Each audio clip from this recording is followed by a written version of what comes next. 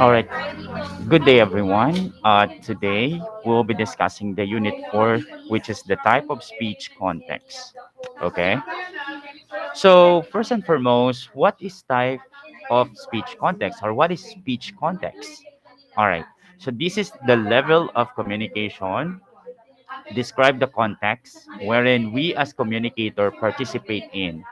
Notice that the first five level focus on the number of recipients of the message from the source, while the remaining two give attention to a specialized communicative setup. So, what I am trying to say here, class, is we are talking about the seven speech context. And that seven speech context, we do have intrapersonal, interpersonal, public communication, mass communication, technology mediated, intercultural, and organizations. But of course, this is too long to discuss, right? So what we're going to do is we will be discussing the three important one, which is the intrapersonal, interpersonal, and public communications. Then I will do a part two of this so that we can able to tackle and discuss the rest of the seven speech contexts. Okay. So first we have the intrapersonal. So what is intrapersonal?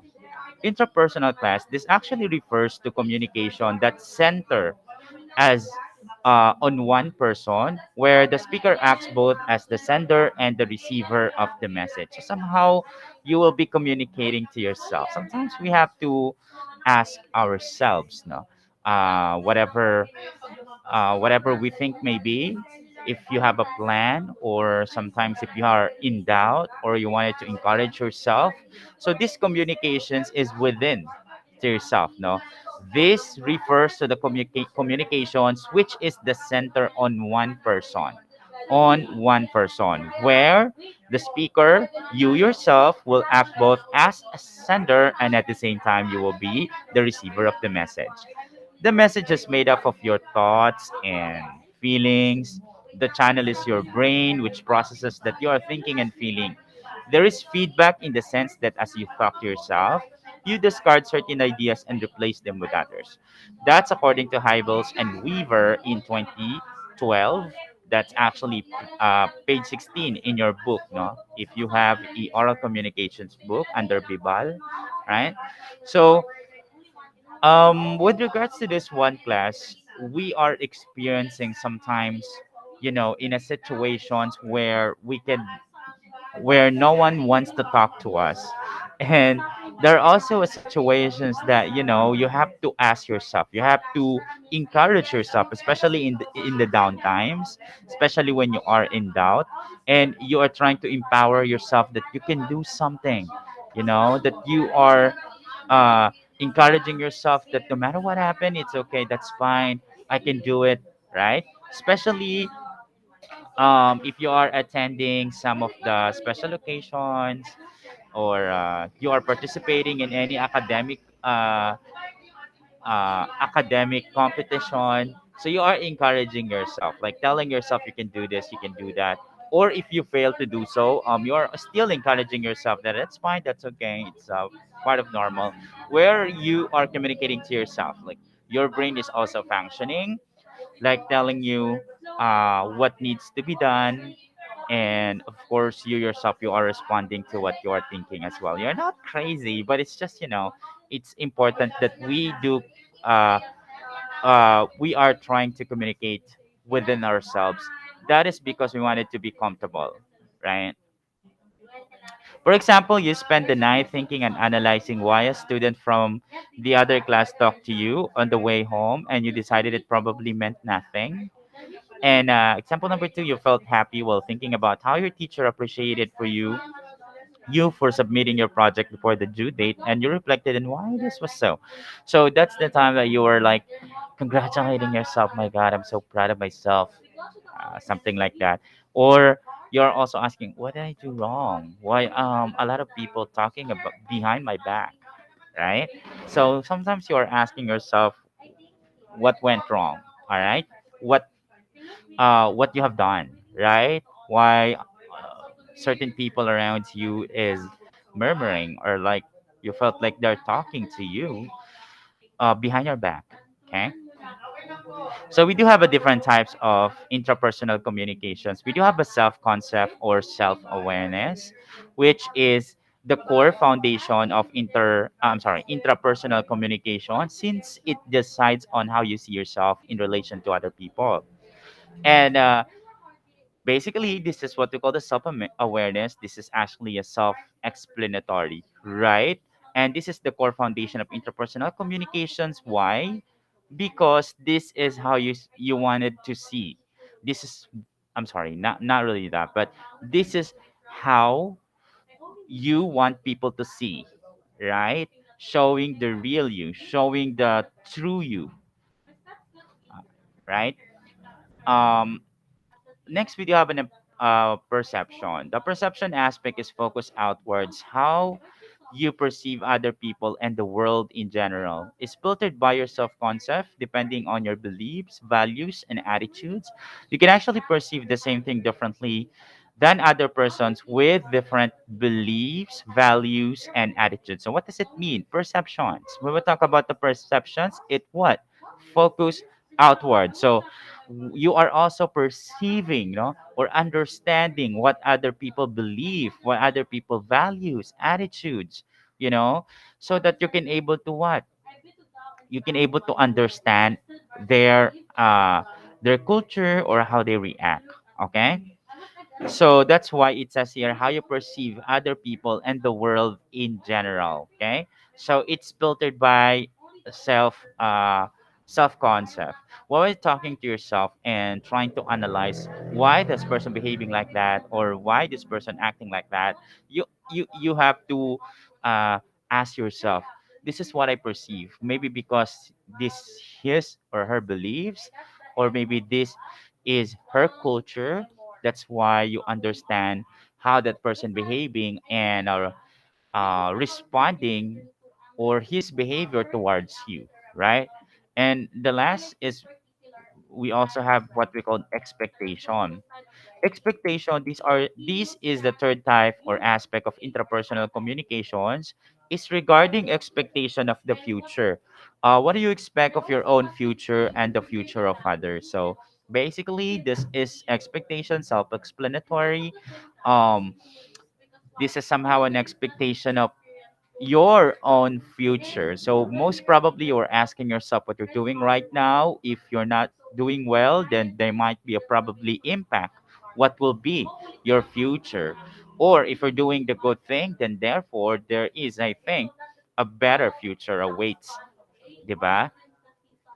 So there are also ways of performing intrapersonal communications. We do have a thinking form. What do you mean by thinking form? This includes thinking as well as dreaming, both daydreaming and the dreaming we do when we are asleep, like nocturnal dreaming. Okay, so because we're thinking, um, sometimes what our experiences, like it's either bad or good experience. Sometimes we dream about it. There's a continuation of what's happening uh, on that particular day, right? And vocal form, this way of performing interpersonal communication is essentially talking to yourself out loud. And by the way, class, the reasons why thinking form is included in the interpersonal, remember that the brain is the main core of this process where the brain is disseminating information to you.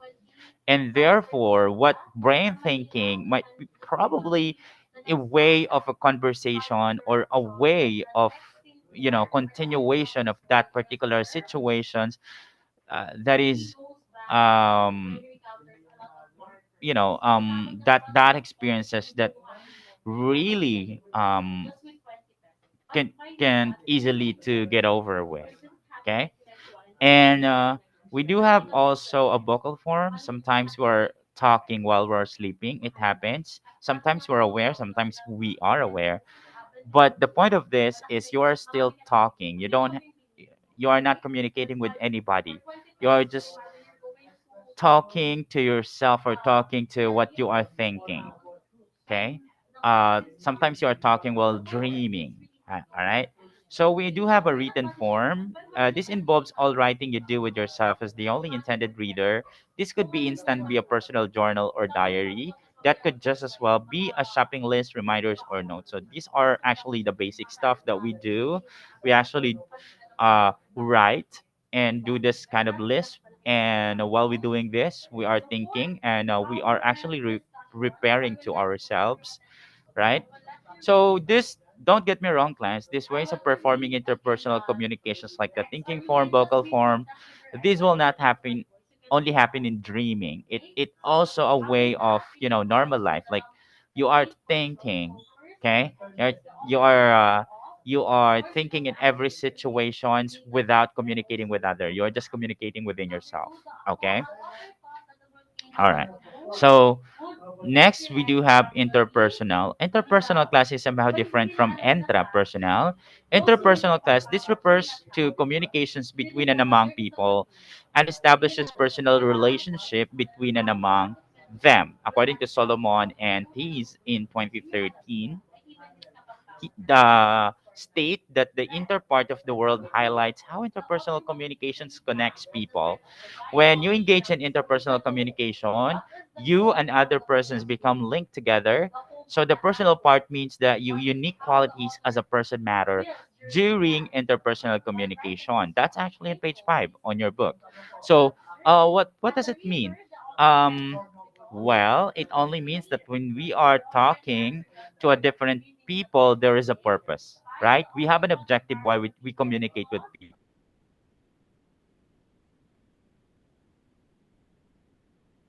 It's either we want to information them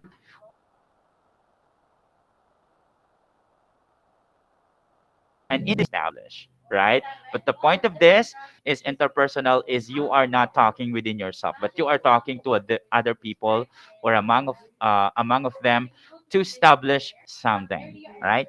Or there's an objective, okay? So, what are the types of interpersonal context? We have YAD communications, which is this YAD communication class is of course between two people. Like example, you offered feedback on the speech performance of your classmate. You provide comfort to a friend who was feeling down. Like your reaction toward the conversations. Like, okay, since you are giving a feedback, you are offered a feedback regarding to the speaker, with these situations. And aside from that, you provided a comfort to a friend, like in a different way. It's not just a comfort, but a feel of empathy, a feel that your presence is there. So anything that could lead or act to, lead into action according to the situations or the conversations, then we call it EAD communication. Okay. So what else? We do have also a small group.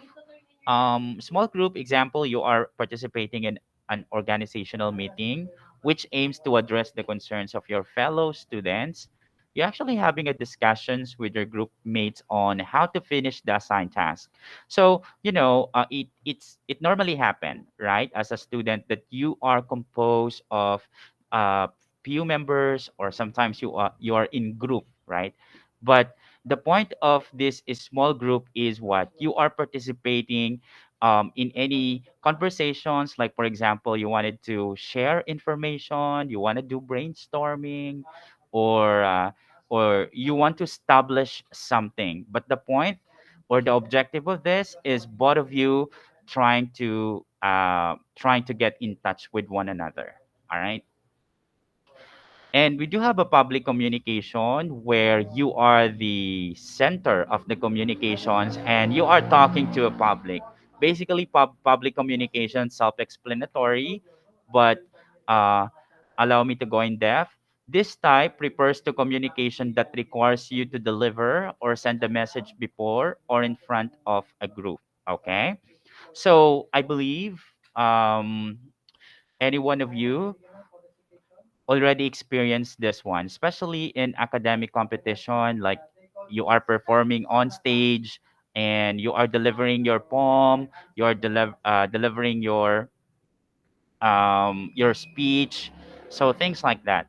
Okay, anything or any situations that you are the center of the communication and you are talking to a crowd.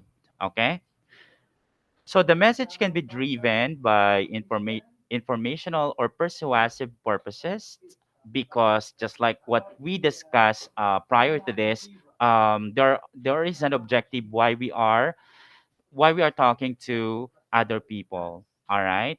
So whatever objective it is, when we talk about public communications, you wanted to convince your audience. You wanted to believe what you are saying. So in public communication, unlike in interpersonal and small group, the channels are more exaggerated. All right. The voice is louder and the gestures are more expansive because the audience is bigger. The speaker might use additional visual channels such as SlideShare, a PowerPoint presentation, according to Hybels and Weber in 2012. That's actually page 19 if you are handling a book. So actually, class, very obvious. Now, I'm actually stating the obvious here. Since we're talking to a crowd, what do we expect? We are adding additional uh, tone or volume to our voice, right? Because we're trying to adjust based on the number of the crowd. All right.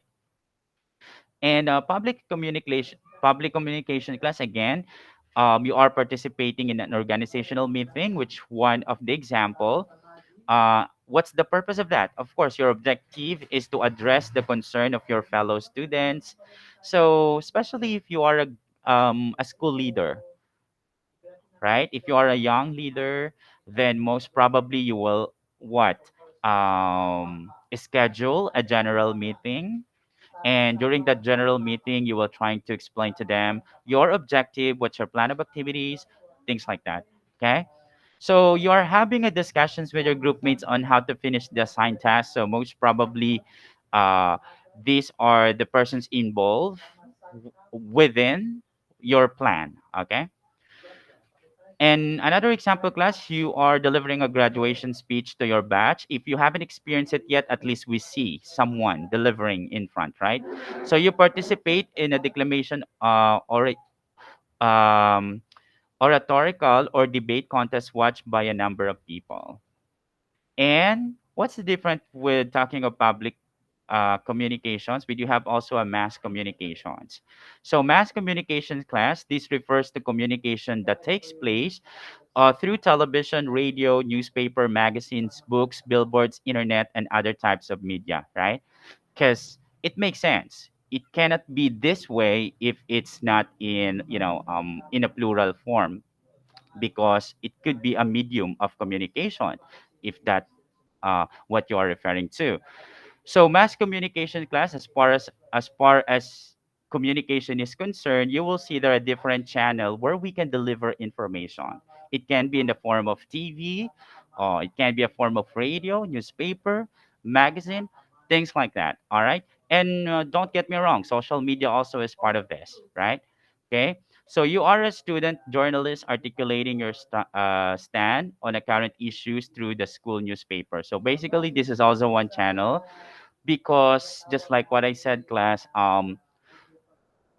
this newspaper can also disseminate informations. And the good thing about it is they can read and they can understand what they read, right?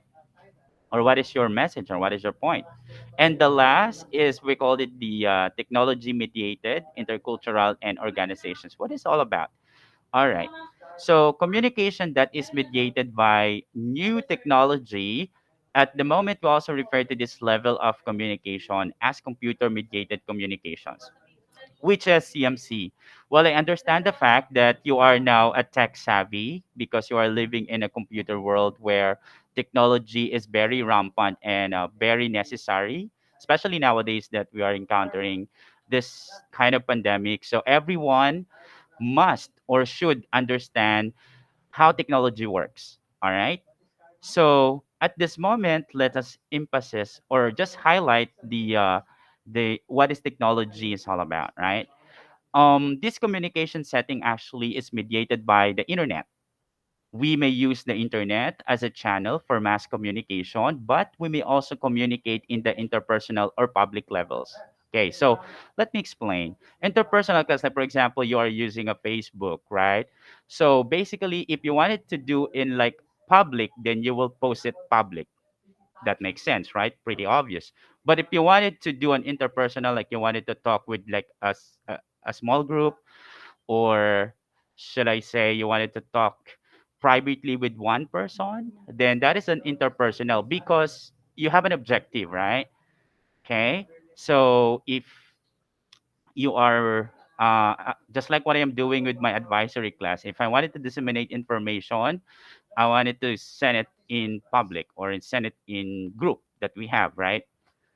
However, when we also taken part in public communication, when we make an announcement in social media where your account is set to a public setting, regardless of are we close to them or not, especially if you have Facebook, Twitter, or whatsoever, sometimes we are not really close to them or we don't have an intimate relationship with them, right?